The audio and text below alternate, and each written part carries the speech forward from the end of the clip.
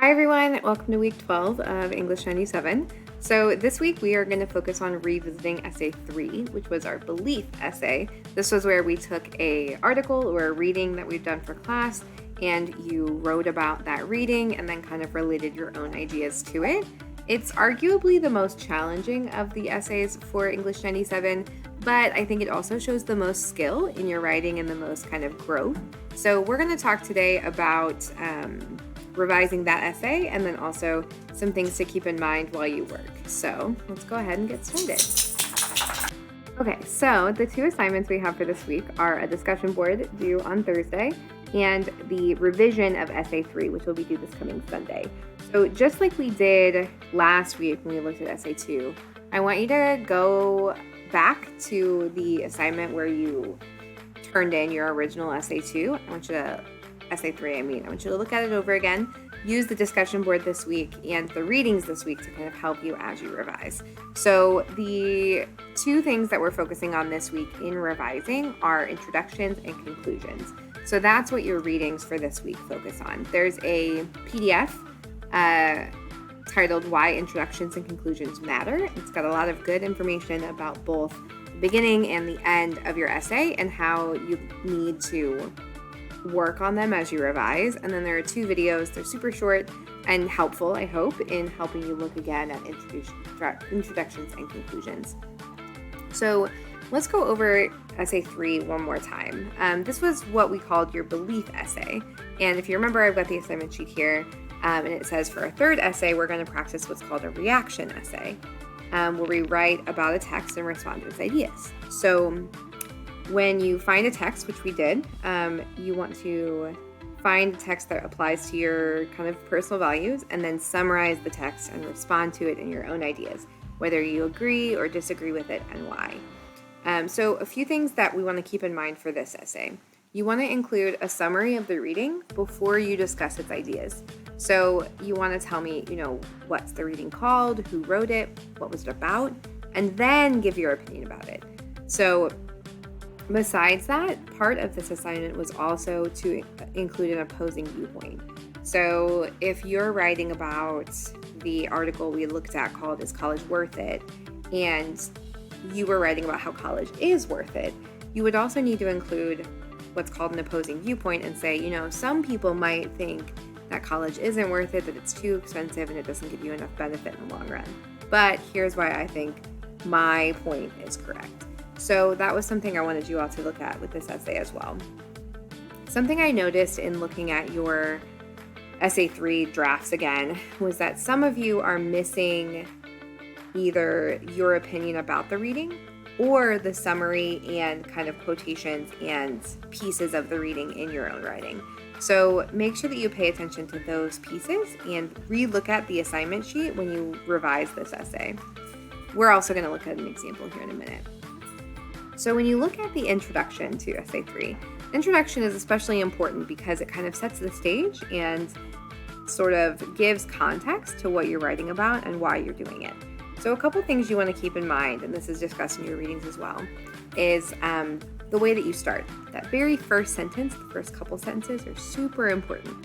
Are you starting in a way that tells your reader, okay, here's my topic, here's why I'm talking about it, and here's why you should care? Is there something that kind of draws the reader in? Question or a quote or a story? At some point, do you give the title of the reading that you're talking about? For example, I have here in Born a Crime, and you'll notice that I put the title in quotation marks. Trevor Noah writes about his life growing up as a mixed-race child in South Africa. This is important to include because now your reader knows, okay, here's the reading that they're talking about, and here's what it discusses. Because you got to remember, your reader hasn't read these things, all right? They're just reading your thoughts about it.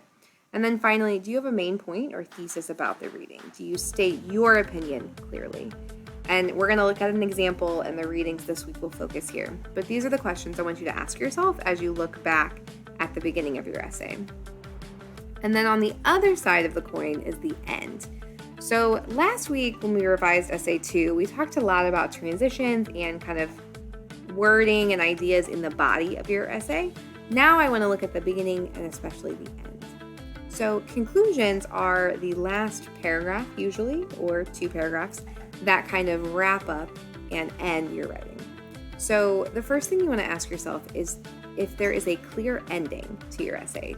Does your reader know, okay, we are coming to the culmination, the sort of summary of all these points? Do you have that summary of what you've discussed in the essay? And then finally, do you leave your reader with something to think about in relation to the reading and the topic it discusses? So for a lot of us, introductions and conclusions are the most difficult part to write, which is why while we're revising this week, I want you to revisit it as you go.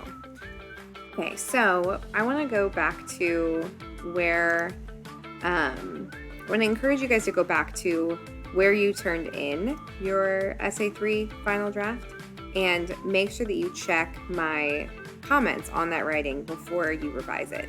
That's also very important. So in looking at this essay from my previous student, they wrote about the reading My Personal Experience with Schizophrenia. So I want to look at the introduction first. A few things we talked about were that you want to have kind of a hook to get your reader involved in what you're talking about. So let's look at how they started. The student said, We've all, I think, been told that seeing is believing at some point in our lives, right?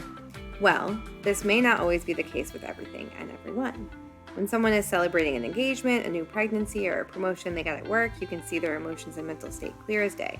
They're smiling, talkative, and joyful most of the time. You can not only see it, but hear it in their voice. In the moment, you're not questioning that individual's state of mind and emotion. After all, it's written on their face. Unfortunately, this cannot always be the case. There's something that's often is only shown in private, a secret that's often kept and not shared with others.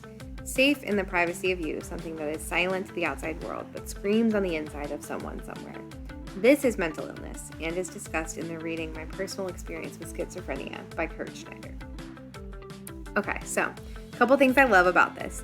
I like that they start with a question, and she uses examples like an engagement, a pregnancy, a promotion. These are things we're usually happy about, right? And then she kind of switches to this idea of something private, secret, a little less joyful, and kind of ends by saying that's what's talked about in this reading.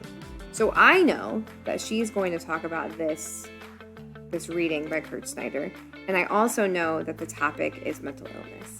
So if I continue on, they include a quote from the reading here. She says, Kurt Schneider suffered for a long time before he sought any help from his family and friends.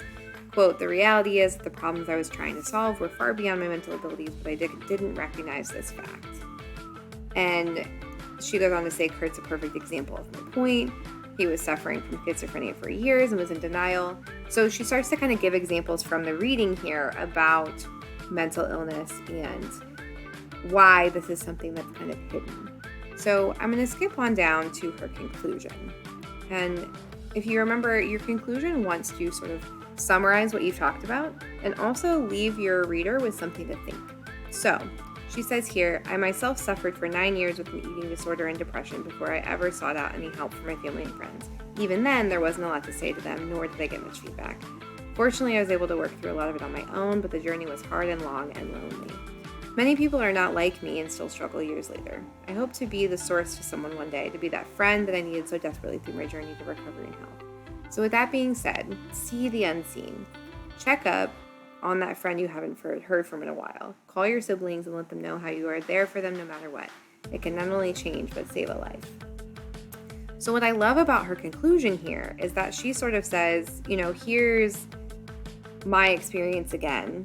And she kind of says, many people are not like me and they still struggle.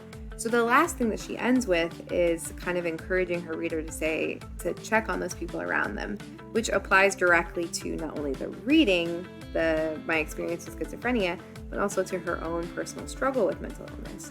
And that's exactly what you want to do. It's a great way to kind of say, hey, reader, I want you to do something with this information.